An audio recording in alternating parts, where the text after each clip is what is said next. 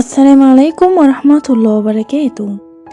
والنهاردة هنتكلم معاكم في الفيديو عن أسعار البيض بكل أنواعه، الأحمر والأبيض والبلدي، وكمان هنتكلم معاكم عن أسعار العلف بكل أنواعه، الناي والنامي والبادي.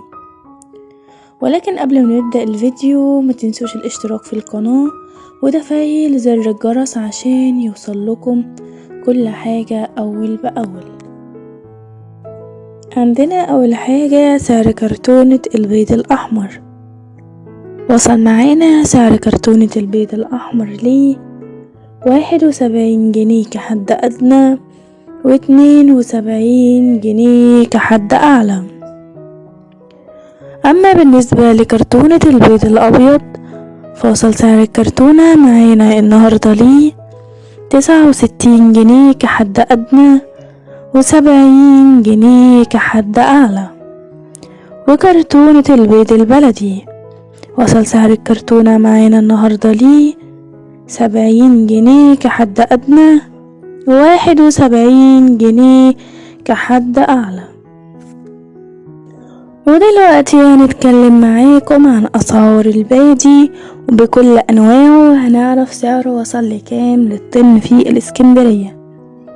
عندنا أول حاجة بادي ناهي 21 وصل سعر الطن ليه 11300 جنيه.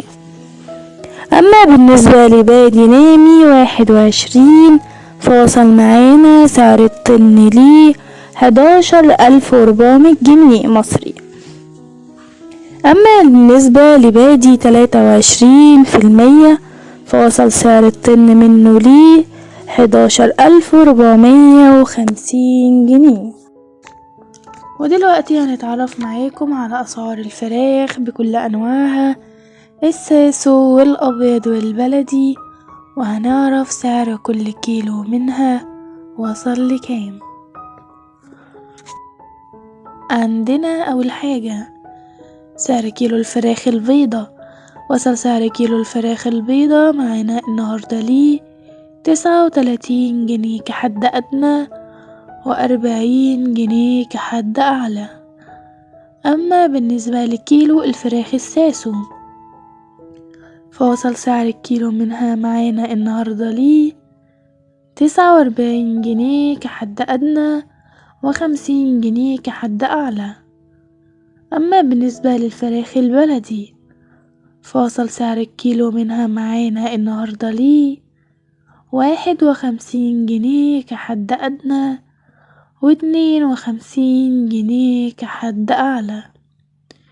أما بالنسبة لفراخ أمهات البيض فوصل سعر الكيلو منها معانا النهاردة ليه 29 جنيه كحد أدنى و31 جنيه كحد أعلى.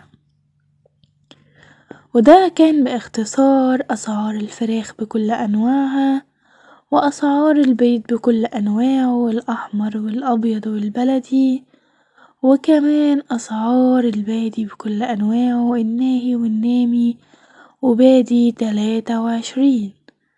بتمنى يكون عجبكم الفيديو، ولو عجبكم الفيديو ما تنسوش الاشتراك في القناة وتفعيل زر الجرس عشان يوصلكم كل جديد.